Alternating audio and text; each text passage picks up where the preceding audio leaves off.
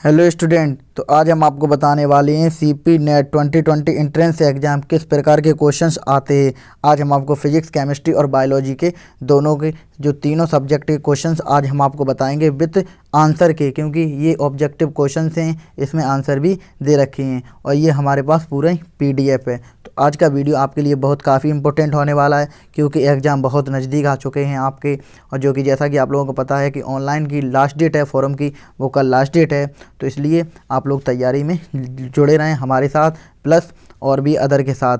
अगर आपने हमारे टेलीग्राम ग्रुप को ज्वाइन नहीं किया है तो प्लीज़ टेलीग्राम ग्रुप को ज्वाइन कर लें। डिस्क्रिप्शन में लिंक दे रखी है, वहाँ से आप लोगों को ऐसे कई PDF आपको डाउनलोड होने जो कि फ्री में अवेलेबल हैं। तो my name is Kishan Kumar और आप देख रहे हैं कृष्णा टाबा यूट्यूब चैनल। इस चैनल पर नए चैनल को सब्सक्राइब नहीं किया है तो प्लीज़ रेड आइकन को दबाकर चैनल को सब्सक्राइब कर दीजिए और साथ ही बेल आइकन को दबा दीजिए, जिससे कि आने वाली वीडियो की लेटेस्ट नोटिफिकेशन आप तक सबसे पहले पहुंचे। क्योंकि वीडियो मिस हो जाएगी तो आपका फिर आप बोलोगे कि सर आपने बताया नहीं, इसलिए मैं आपको हर वीडियो की हर खबर सबसे पहले देता हूं। तो किस प्रकार का आएगा ये भी हम आपको बताएंगे, क्योंकि बहुत सारे स्टूडेंट को नहीं पता है कि सर एग्ज़ाम किस प्रकार का होता है BSc नर्सिंग का। अब बहुत सारे स्टूडेंट ये बोल रहे हैं हमारे कमेंट में कि सर मैंने ऑनलाइन एग्ज़ाम दिया नहीं है, तो हम कैसे एग्ज़ाम देंगे ऑनलाइन, मतलब किस प्रकार का होगा, कुछ अजीब होगा। तो आज हम आपको ये सारी आज को सारी दिक्कत प्रॉब्लम या सारी आज को सॉल्व कर देंगे। तो सबसे पहले चलते हैं फिजिक्स के क्वेश्चन की तरफ। तो सबसे पहले फिजिक्स क्वेश्चन नंबर फर्स्ट में पूछ रहा है कि the unit of universal gravitation consist ऑइज, मतलब सार्वत्रिक गुरुत्व स्थिरांक की इकाई है। मतलब यहाँ पर कुछ इस प्रकार क्वेश्चन है कि सार्वत्रिक गुरुत्व स्थिरांक की इकाई है। यहाँ पर ए ऑप्शन में दे रहा है Nm और बी ऑप्शन में दे रहा है किलोग्राम गुणा Nm, मतलब न्यूटन मीटर स्क्वायर, या फिर न्यूटन मीटर स्क्वायर बटे किलोग्राम स्क्वायर, या फिर न्यूटन मीटर स्क्वायर, या फिर किलोग्राम। तो इसका जो राइट ऑप्शन होगा वो होगा सी ऑप्शन, यहाँ पर जैसा कि आप लोग देख भी रहे होंगे। तो इस प्रकार के क्वेश्चंस आएंगे, जैसा एक तरफ इंग्लिश होगा एक तरफ हिंदी होगा। तो इस प्रकार के, जैसे आप हिंदी मीडियम से हो तो आप हिंदी में कार्य कीजिए, अगर आप इंग्लिश मीडियम से हो तो आप इंग्लिश में कीजिए। तो हम आपको बता दें कि आपके सामने भी इस प्रकार का ही समझ लीजिए आपको ऑप्शंस आएंगे, मतलब ऑनलाइन बेस पर इस प्रकार के क्वेश्चन आपको खुलते रहेंगे। अब क्वेश्चन नंबर सेकंड पर चलते हैं। The power of a lens with A focus light of 25 centimetre, मतलब 25 सेंटीमीटर फोकस दूरी वाले लेंस की क्षमता कितनी होती है 25 डेसिबल होती है, या फिर 4 डेसी, या फिर 4D, या फिर 0.4D होता है, या फिर 2.5। तो इस प्रकार के क्वेश्चन आते हैं। तो इसका क्वेश्चन जो राइट है वो होगा 4D, ऑप्शन सेकंड बिल्कुल सही होगा। तो ये फिजिक्स के क्वेश्चन से इस प्रकार के आते हैं, ज़्यादा हार्ड नहीं पूछे जाते हैं। क्वेश्चन नंबर 3 पर चलते हैं। तो क्वेश्चन नंबर 3 में पूछ रहा है speed of sound is maximum in, ध्वनि की अधिकतम गति कितनी होती है। ध्वनि की अधिकतम मतलब जो गति होती है सबसे ज़्यादा किस वस्तु में होती है, ठोस में होती है, या द्रव में होती है, गैस में होती है, या फिर अर्ध ठोस में होती है। तो आप लोगों को ये पता होना चाहिए, जो आप लोग आवाज़ करते हैं किसी को मारते हैं तो सबसे ज़्यादा वो किस में होती है, ठोस में होती है, द्रव में होती है, या फिर गैस में, या फिर अर्ध ठोस में। तो हम आपको बता दें तो वो सबसे ज़्यादा आवाज़ होती है, ध्वनि होती है, तो वो सबसे ज़्यादा सॉलिड, जिसे हिंदी में ठोस बोलते हैं, ठोस में सबसे ज़्यादा होती है। अब चलते हैं क्वेश्चन नंबर 4 की तरफ। आज का वीडियो लंबा होने वाला है, बट ये आपके लिए एक ज़िंदगी का बहुत इम्पोर्टेंट वीडियो है आपके लिए, क्योंकि अगर आप लोगों ने ये वीडियो आपने अच्छे समझ लिए तो आपके कम से कम क्वेश्चन, आपके कुछ ना कुछ क्वेश्चन तो हेल्प हो ही जाएगी इससे। मैं आपको 100% तो नहीं बता सकता। अब चलते हैं क्वेश्चन नंबर नेक्स्ट की तरफ। The current and EMF in various branches of electrical network of calculated thought, मतलब किसी वैद्युत परिपथ की विभिन्न शाखाओं में धारा एवं बी बा बी, यहाँ पर इस प्रकार का क्वेश्चन आप लोग समझ लीजिए। पर परिकलन निम्न नियम के द्वारा किया जाता है। फैराडे एज लॉ मतलब फैराडे के नियम द्वारा, या फिर एम्पियर के नियम, या फिर गॉस का नियम, या फिर किरचॉफ का नियम। मतलब किसी वैद्युत परिपथ में, फिर एक बार आप रिपीट कीजिए, किसी वैद्युत परिपथ की विभिन्न शाखाओं में धारा एवं वी का परिकलन निम्न नियम, मतलब किस प्रकार के आपके ऑप्शन हैं, मतलब निम्न किसके द्वारा नियम दिया जाता है, तो वो दिया जाता है किरचॉफ के नियम द्वारा। तो इसका राइट ऑप्शन है Kirchhoff is law, Kirchhoff law. Question number 5 की तरफ चलते हैं। विच of the following has maximum refractive index, इनमें से किसका अपवर्तनांक सबसे अधिक होता है। मतलब एयर का होता है, ग्लास का होता है, वाटर, या फिर डायमंड। मतलब सबसे ज़्यादा अपवर्तनांक किसका होता है, तो सबसे ज़्यादा अपवर्तनांक होता है वो होता है डायमंड का, यानी हीरा। तो सबसे ज़्यादा अपवर्तनांक होता है हीरा का। तो ये भी आपके लिए बहुत इंपॉर्टेंट क्वेश्चन था, ये भी याद कर लीजिए। अब चलते ही वेरी वेरी इंपॉर्टेंट क्वेश्चन है कि which of the colour of light has the longest वोवलेज, मतलब प्रकाश के किस रंग की तरंगदैर्घ्य सबसे लंबी होती है। आप लोग पता है कि प्रकाश होता है जो लाइट जिसे कहते हैं, तो सबसे ज़्यादा जिसकी तरंगदैर्घ्य किसकी ज़्यादा होगी, तो आपको पता ही है, तो वो सबसे ज़्यादा फोकस होगी, वो तरंगदैर्घ्य सबसे ज़्यादा होगी, वो होगी लाल की। तो इस प्रकार के नॉर्मल क्वेश्चंस भी आ जाते हैं आपको फिजिक्स में, आप फिजिक्स ज़्यादा टफ नहीं होती है उसमें। अब चलते हैं क्वेश्चन नंबर 7 की तरफ। As ball the throw upward and return which ground descriptive and parabolic path which of the following remain consist, मतलब एक बॉल को ऊपर फेंका गया है जबकि परवलयिक आकार के पथ का पालन करते हुए पृथ्वी पर वापस आती है। मतलब एक बॉल को फेंके हैं और उसी का पालन करते हुए वापस आती है। निम्न गिरने की स्थिति को क्या कहते हैं, वेग का ऊर्ध्व घटक, बाल्ब की गतिक ऊर्जा, या फिर बाल का समवेग, या फिर वेग का क्षैतिज घटक। तो जब बैग को आप लोग ऊपर हवा में फेंकोगे तो आपको पता है जो नीचे होता है वो गुरुत्वाकर्षण बल लगता है, इस कारण जो बॉल है वो ज़मीन पर गिर जाती है। तो इसका जो राइट होगा वो बैग का क्षैतिज घटक। तो इसका राइट ऑप्शन क्या होगा, तो इसका राइट ऑप्शन होगा वो होगा 4th, मतलब राइट लास्ट मतलब डी ऑप्शन बिल्कुल सही होगा। मतलब हॉरिजॉन्टल कंपाउंड इन वॉल्यूम मतलब वेलोसिटी। क्वेश्चन नंबर 8 की तरफ चलते हैं। Question number 8, the difference colour of different stars are due to the variations of, मतलब विभिन्न तारों के रंग में विभिन्नता निम्न में से किसकी विभिन्नता से के कारण होती है, किसकी विभिन्नता के कारण होती है। मतलब विभिन्न तारों के रंग में भिन्नता निम्न में से किसकी भिन्नता के कारण होती है। डेंसिटी जिसे घनत्व बोलते हैं, घनत्व, दाब, प्रेशर, या फिर तापमान टेम्परेचर, या फिर विकिरण रेडिएशन। तो इसका जो राइट ऑप्शन होता है वो होता है टेम्परेचर, मतलब टेम्परेचर के कारण वह भिन्नता के कारण होती हैं, जैसे टेम्परेचर बोलते हैं। तो नेक्स्ट क्वेश्चन की तरफ चलते हैं। क्वेश्चन नंबर 9, मतलब 9 क्वेश्चन में पूछ रहा है कि determine the volume occupied by 8 gram oxygen at 8 STP। 8 gram oxygen द्वारा मानक ताप दाब पर घेरा आयतन निकालिए। मानक ताप दाब पर आयतन घेरा निकालिए। यहाँ पर ए ऑप्शन दे रहा है 5.6 × 10⁻³ metre Q minus Q, Q. तो इसका जो राइट ऑप्शन होगा वो होगा फर्स्ट। तो आपको ये वैल्यू इसकी याद करनी है। तो 8 ग्राम ऊर्जा में द्वारा मानक ताप पर घेरा आयतन निकालिए। जब आप आयतन निकालेंगे तो आपके सामने होगा 5.6 × 10⁻³ मीटर क्यू। तो इसका राइट ऑप्शन होगा फर्स्ट।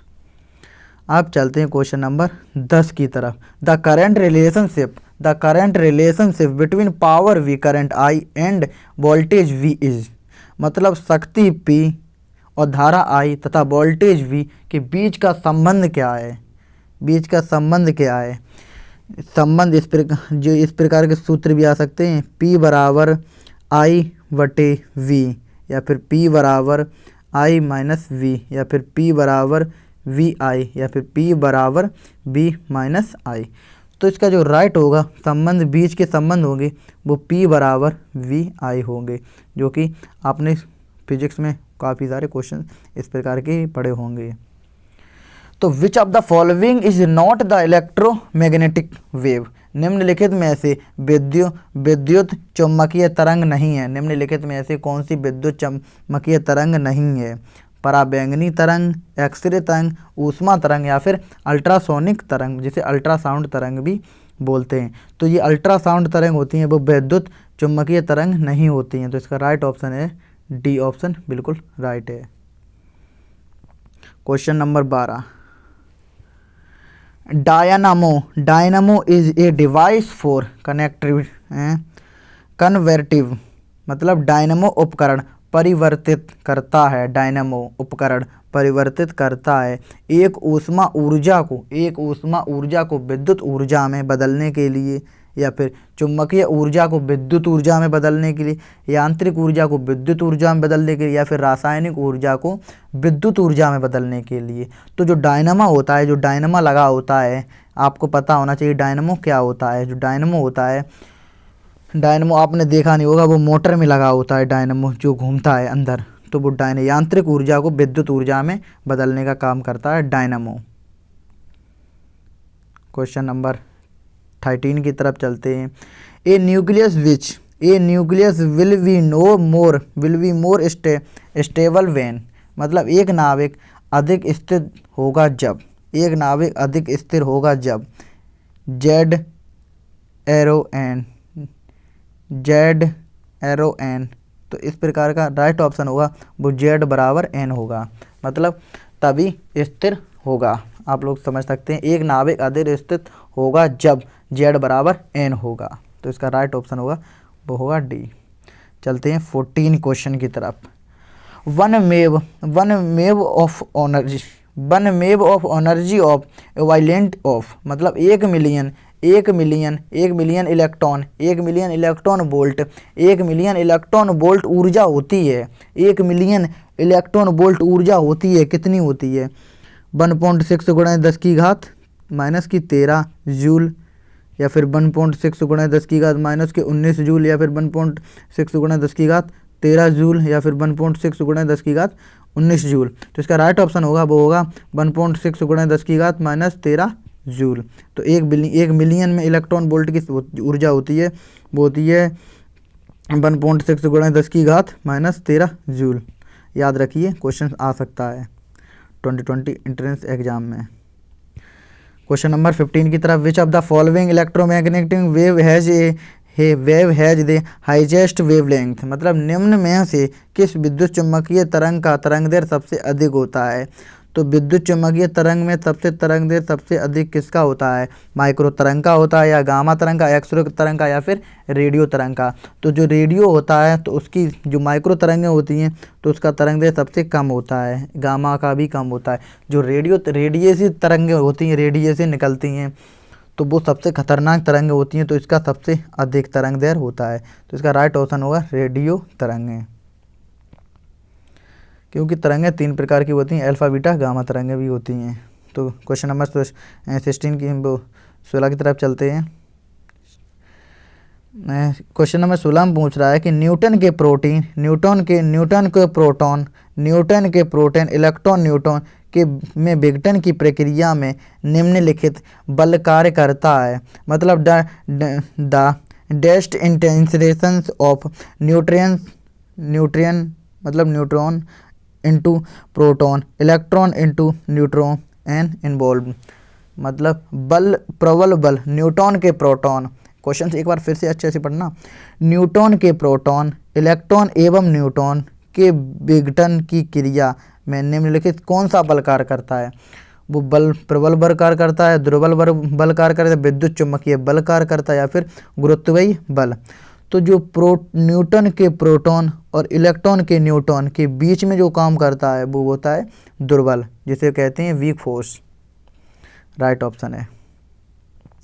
क्वेश्चन नंबर 17 की तरफ चलते हैं। 17 the source of energy of sun, मतलब ऊर्जा, सूर्य की ऊर्जा का स्रोत क्या है? सूर्य की ऊर्जा का स्रोत क्या होता है? भारी नाविक का संलयन, या फिर हल्के नाविक का संलयन, या फिर हल्के नाविक का विखंडन, या फिर भारी नाविकों का विखंडन। तो इसका राइट ऑप्शन होगा, जो सूर्य का ऊर्जा का स्रोत है वो होता है हल्के नाविकों का संलयन। राइट ऑप्शन है।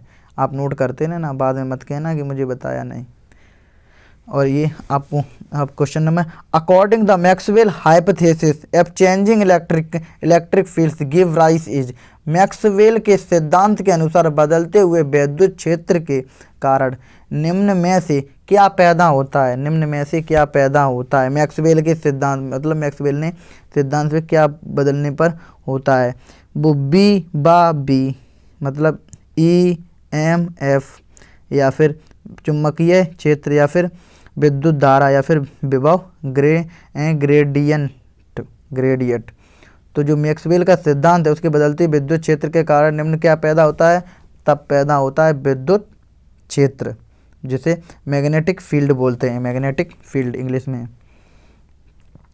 क्वेश्चन नंबर इंपॉर्टेंट है 19 question number, which of the following phenomena so that is the light of electromagnetic is natures, निम्न में से किस घटना से पता चलता है कि प्रकाश की प्रकृति विद्युत चुम्बकीय है? निम्न में से किस घटना, मतलब किस घटना से पता चलता है कि जो स्थिति हो रही है वो प्रकाश की प्रकृति विद्युत चुम्बकीय है?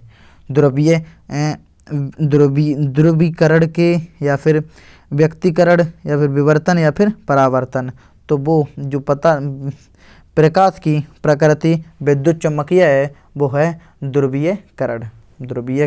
राइट ऑप्शन होगा, first option is the right answer.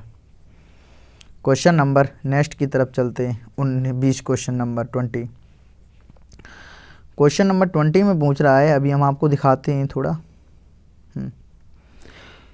Question number 20 में पूछ रहा है कि एक अनुप्रस्थ तरंग है जिसकी x दिशा में गतिशील है, मध्यम के कण इस प्रकार गतिमान होंगे। मध्यम के कण किस प्रकार गतिमान होंगे?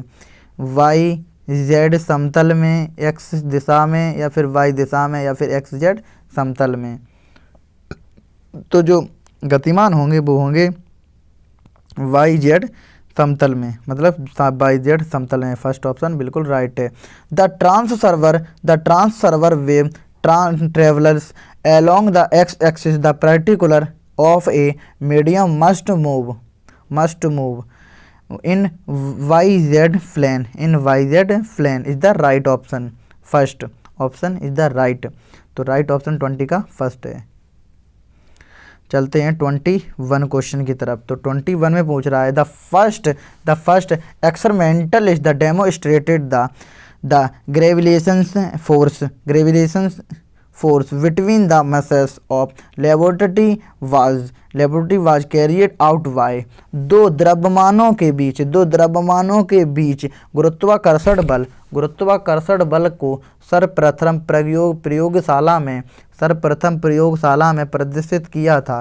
किस वैज्ञानिक ने सर्वप्रथम प्रयोग, मतलब जो प्रैक्टिकल रूम होता है, सबसे पहले किसने इसका किया था?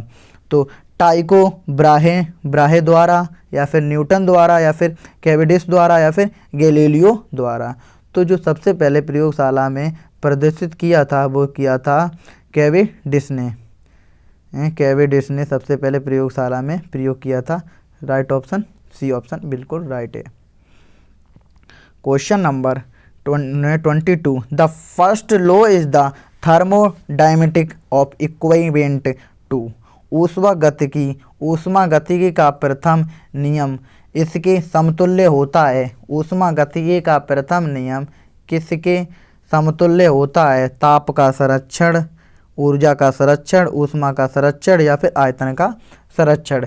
तो जो ऊष्मा गतिकी का प्रथम नियम है तो वो होता है ऊष्मा के संरक्षण के समतुल्य होता है, मतलब conservation of energy. Question number 23। The driver of a train applied is brake to the train and the train stop after 500 metre in if the speed of the train would have been doubled the train would have stopped after। मतलब एक रेलगाड़ी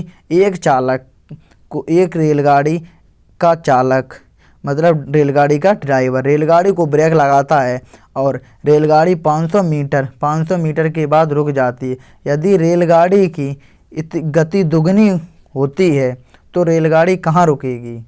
अब मतलब ये है कि अगर इसकी दुगनी कर दी है 500 की 1000 कर दी जाए 500 मीटर की 1000 कर दी जाए मतलब दुगनी कर दी जाए तो रेलगाड़ी रुकती है 1 किलोमीटर 2 किलोमीटर या फिर 4 किलोमीटर या फिर 8 किलोमीटर। तो इसका राइट ऑप्शन होगा 2 किलोमीटर।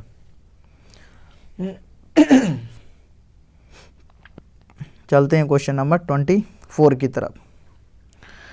तो the dimensions formula of Planck is consist is मतलब प्लांक नियतांक मतलब ये प्लांक नियतांक का विमीय सूत्र निम्नलिखित है। प्लांक नियतांक का विमीय सूत्र क्या है।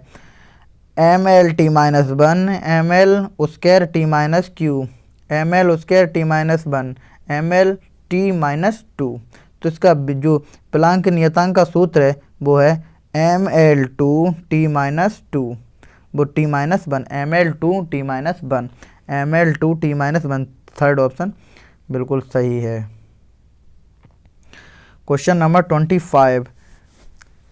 लेजर पुंज का एक रेखीय संरचण उसके निम्नलिखित गुण की अधिकता के कारण होता है। The unidirectional progressions of a laser beam is due to its very high. मतलब लेजर पुंज का एक रेखीय संरक्षण उसके निम्नलिखित गुण की अधिकता के कारण होता है। मतलब किस अधिकता के कारण होता है। तीव्रता, एक वर्णता, कला संबद्धता या फिर आकाशीय कला संबद्धता। राइट ऑप्शन है आकाशीय कला संबद्धता, राइट ऑप्शन है। तो आज के लिए आप लोग देख रहे हैं ना, तो यहाँ से आप केमिस्ट्री का सेक्शन स्टार्ट होता है। सेक्शन केमिस्ट्री का हम आपको अभी दिखा रहे हैं, ये आप लोग देख सकते हैं केमिस्ट्री का आप सेक्शन हो जाए। तो यहाँ से 25 क्वेश्चंस थे, ये आपके 25 मिनट में हमने कंप्लीट कर दिए हैं, ये कि आप लोगों को पता है।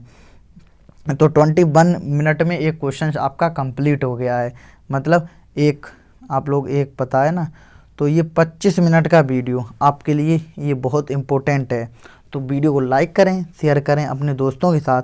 इस पे ज़्यादा से ज़्यादा अगर व्यूज आ गए कल की वीडियो में तो हम आपको केमिस्ट्री का भी हम आपको पढ़ाएंगे, जो कि केमिस्ट्री में हम आपको पहला क्वेश्चन दिखा देते हैं बीएससी नर्सिंग का। तो इसमें बोला है which of the following is current outer electronic configurations is iron. निम्नलिखित में से कौन सा लोहे के लिए सही बाहरी इलेक्ट्रॉन विन्यास है। राइट ऑप्शन बी है। तो आई होप ये वीडियो आपके लिए यूजफुल रहा होगा फिजिक्स का। तो इंग्लिश और हिंदी में ये वीडियो कैसा लगा। अगर वीडियो का रिस्पॉन्स अच्छा आता है तो हम नेक्स्ट वीडियो बनाएंगे, अगर वीडियो का रिस्पॉन्स गलत आता है तो हम नेक्स्ट वीडियो नहीं बनाएंगे। सिर्फ लेटेस्ट इन्फॉर्मेशन देंगे सिर्फ कृष्णा इटावा यूट्यूब चैनल। तो आज के लिए सिर्फ इतना ही। तो thanks for watching, please subscribe my YouTube channel. Thank you. मिलते हैं किसी अच्छी वीडियो में अच्छे टॉपिक के साथ। नेक्स्ट वीडियो हम आपको केमिस्ट्री पढ़ाएंगे कल।